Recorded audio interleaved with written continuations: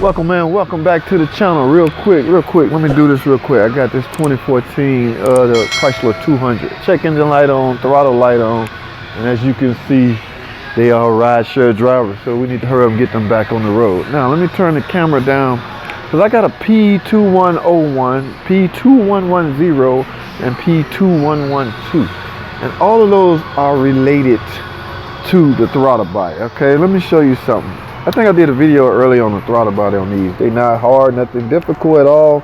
The throttle body is right here. All those codes point to the fact that the throttle body, something is going on in the throttle body, and whoa, they also got a coolant leak. Now, here's the PCM. So what I'm gonna do is pull up, of course I'm gonna plug in and go with my computer and check. And yes, as you can see on the DTC, these fault codes right here.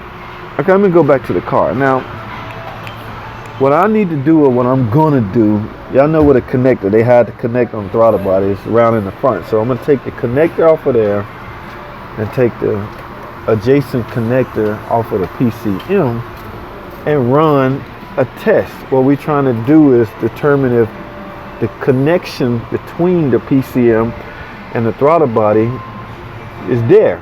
So, but I'm not going to do an ohm test. Remember, an ohm test can be a little bit misleading. All right, so what I'm going to do is a load test. I'm going to load test from the throttle body connector to the PCM, make sure that that part is secure and the connection is on point.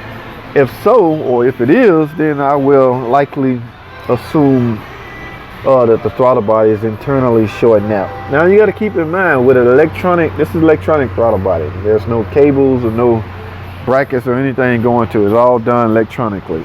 So keep in mind with an electronic throttle body, there also must be an electronic throttle, the gas pedal. It has to be electronic. All right, so I'm gonna get on with this, write this up, and we'll go from there, man. Thanks for watching. Comment, subscribe, and I'll see y'all in the next video.